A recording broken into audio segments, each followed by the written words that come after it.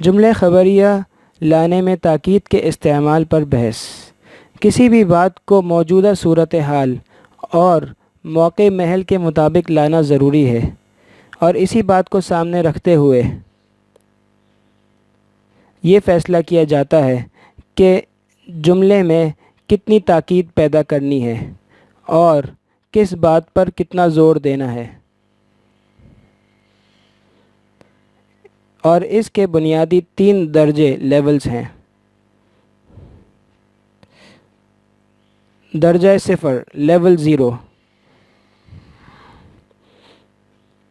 جب مخاطب آپ کی بات کے مخالف بھی نہ ہو اور نہ ہی اسے تردد ہو، یعنی کوئی کنفیوژن یا مسکنسیپشن ہو، تو جملے کو بغیر تاکید کے لایا جاتا ہے۔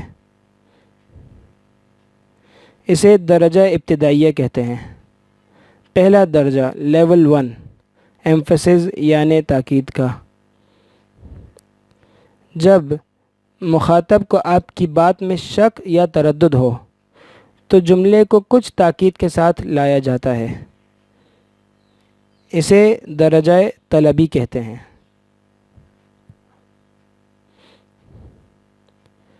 دوسرا درجہ، لیول 2، جب مخاطب آپ کی بات کا انکار کر رہا ہو تو جملے کو بھرپور تاکید کے ساتھ لایا جاتا ہے، یعنی خوب ایمفسس دیا جاتا ہے۔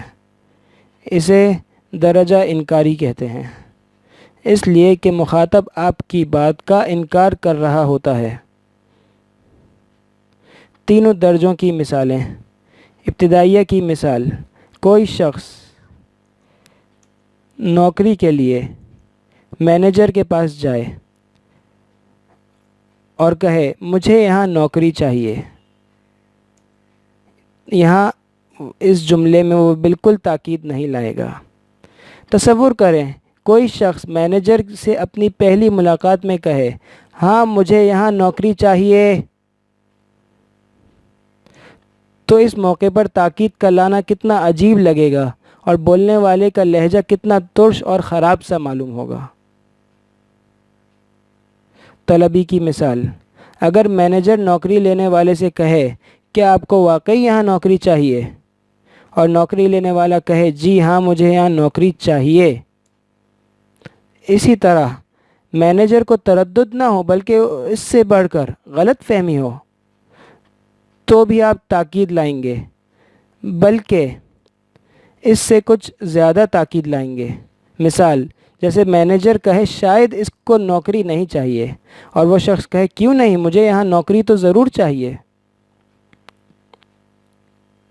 انکاری کی مثال، اگر مینیجر کہے آپ کو تو یہاں نوکری نہیں چاہیے، آپ یہاں کیا کر رہے ہیں، آپ یہاں سے چلے جائیں، تو نوکری لینے والا کہے گا سر آپ میری بات نہیں سمجھے، مجھے تو واقعی یہاں نوکری چاہیے۔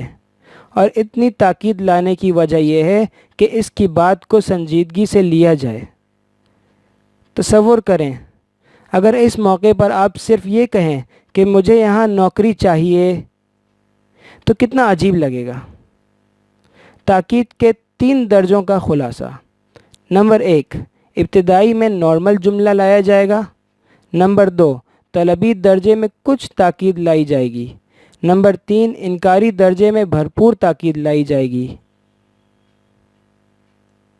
تاکید پر قرآن کریم سے حضرت عیسیٰ علیہ السلام کے ساتھیوں کی مثال۔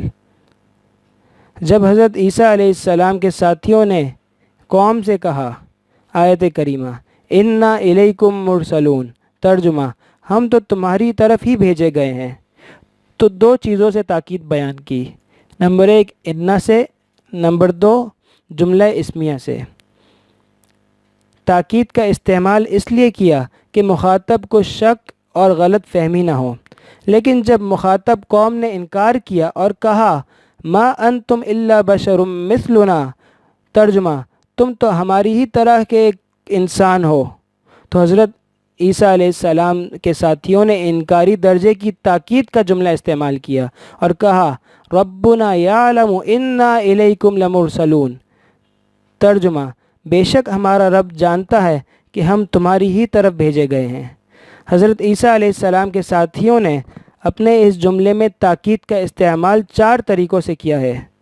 نمبر 1 ان سے، نمبر 2 جملہ اسمیہ سے، نمبر 3 لمرسلون کی لام تاکید سے، نمبر 4 ربنا یعلم کے ذریعے۔